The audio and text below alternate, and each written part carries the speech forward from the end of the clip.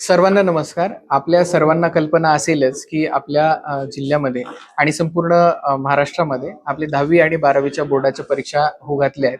त्यामध्ये 12वीची जी परीक्षा आहे ती 10 फेब्रुवारी ते 18 मार्च आणि 10वीची जी परीक्षा आहे ती 20 फेब्रुवारी ते 18 मार्च पर्यंत होऊ घातली आहे. त्यामध्ये जर आपण विद्यार्थ्यांची संख्या बघितली तर 10वी मध्ये आपल्याकडे 33,653 मुले आणि 25,767 मुली अशा एकूण 59,420 विद्यार्थी परीक्षेला सामोरे जाणार आहेत. आणि 147 परीक्षा केंद्रांमध्ये ही परीक्षा 10वी होणार आहे आणि 12वी 27,318 मुले आणि 20,914 मुली अशी एकूण 48,232 विद्यार्थी जे आहेत आपले ते परीक्षेला बसणार आहेत. आणि 12वीच्या विद्यार्थ्यांची परीक्षा ही 82 केंद्रांवरती होणार आहे. या सगळ्या केंद्रांवरती जी बेसिक फॅसिलिटी आहे त्या सगळ्या फॅसिलिटीज व्यवस्थित असल्याबाबतची खात्री ही बीओज, केंद्र प्रमुख आणि विस्तार अधिकारी शिक्षण यांच्या मार्फत पर्सनली व्हिजिट करून करण्यात आलेली आहे. त्याचबरोबर या सगळ्या केंद्रांवरती सीसीटीव्ही यंत्रणा ही असणं आवश्यक आहे आणि त्याबाबतची पण माहिती घेण्यात आलेली आहे.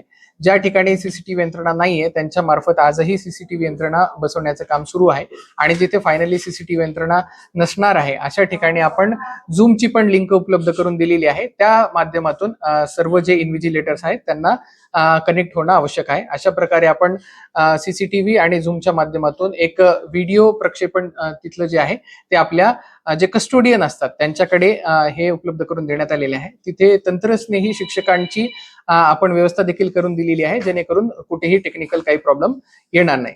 त्याबरोबरच जी आपले क्वेश्चन पेपर्सची जी वाहतूक आहे त्यासाठी पण कस्टोडियन यांना पोलीस बंदोबस्त देखील देण्यात आलेला आहे. सर्व जे केंद्र आहेत आपली तिथून 500 मीटरच्या अंतरावरती झेरॉक्स सेंटर जे आहे ते बंद करण्याबाबतचा पण आदेश देण्यात आलेला आहे. आणि त्याबरोबरच 50 मीटर मध्ये देखील दुसरं कोणालाही एंट्री राहणार नाही अशा प्रकारचे आदेश करण्यात आलेले आहे. विद्यार्थ्यांची फ्रिस्किंग जी करण्याची व्यवस्था आहे ती मुलांची आणि मुलींची वेगळी व्यवस्था करण्यासाठी सर्व केंद्रांना निर्देश दिलेले आहेत आणि त्याप्रमाणे मुलींसाठी एक वेगळं एन्क्लोजर फ्रिस्किंगसाठी देखील करण्याबाबतच्या सूचना देण्यात आलेल्या आहेत.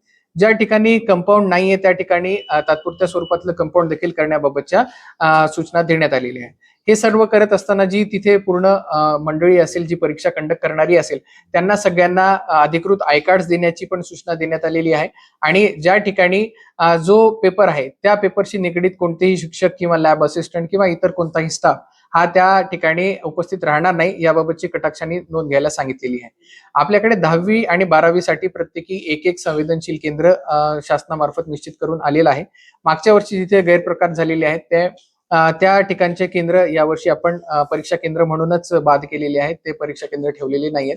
या 2 ठिकाणी संवेदनशील केंद्रावरती बैठे पथकाची देखील व्यवस्था करण्यात आलेली आहे आणि फिरत्या पथकांची देखील व्यवस्था सगळ्या पूर्ण आपल्या जिल्ह्यामध्ये करण्यात आलेली आहे. जिल्हा स्तर, तालुका स्तर आणि केंद्र स्तर या ठिकाणी फिरत्या पथकांची देखील व्यवस्था करण्यात आलेली आहे.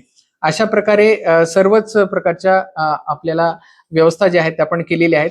काही ठिकाणी जे संवेदनशील केंद्र आहेत तिथे बैठा पथकांसोबतच ड्रोन कॅमेरा आणि व्हिडिओग्राफी कॅमेरा यांची देखील व्यवस्था करण्यात आलेली आहे.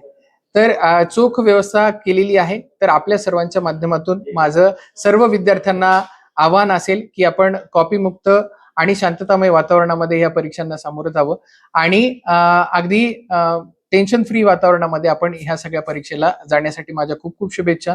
माझ्या सर्व पालक वृंदांना देखील शुभेच्छा असतील आणि माझं आव्हान असेल की विद्यार्थ्यांपर्यंत ही संवेदनशीलता जी आहे ती कॉपी मुक्त अभियानाबाबतची आपण पोहोचवावी आणि विद्यार्थ्यांचं कॉन्फिडन्स बिल्डिंग देखील करावं. सर्व शिक्षक वृंद असेल, सर्व शाळा असतील यांच्या सगळ्या स्टाफला देखील माझी आपल्या सर्वांच्या माध्यमातून भरभरून शुभेच्छा. या सर्व नियमांचं उल्लंघन जर झालं तर आपण काय काय कारवाई करणार? या नियमांचं उल्लंघन जिथे जिथे आढळून येईल त्या तिथे प्रकरण परत्वे आपण त्या व्यक्तींवरती जबाबदारी निश्चित करून त्या माल प्रॅक्टिसेस जी ऍक्ट आहे आपलं त्याच्या अंतर्गत यामध्ये कारवाई करण्यात सर, अधिकतर असा प्रकार समोर आला की मोबाईलवर प्रश्नपत्रिका व्हायरल होण्याचे प्रकार समोर आले. यावेळेस मोबाईल बंदी असणार आहे काय? त्यावर मोबाईल परीक्षेच्या कामासाठी जी मोबाईलचा वापर आवश्यक आहे तेवढ्याच कामासाठी मोबाईलचा जो वापर आहे तो अनुज्ञेय करण्यात आलेला आहे. इतर कोणत्याही कामासाठी म्हणजे कुठल्याही माल प्रॅक्टिसेस गैरप्रकारासाठी जर हा मोबाईल वापरण्यात आला तर त्यावरती पर्सनल जबाबदारी निश्चित करून कारवाई करण्यात येईल.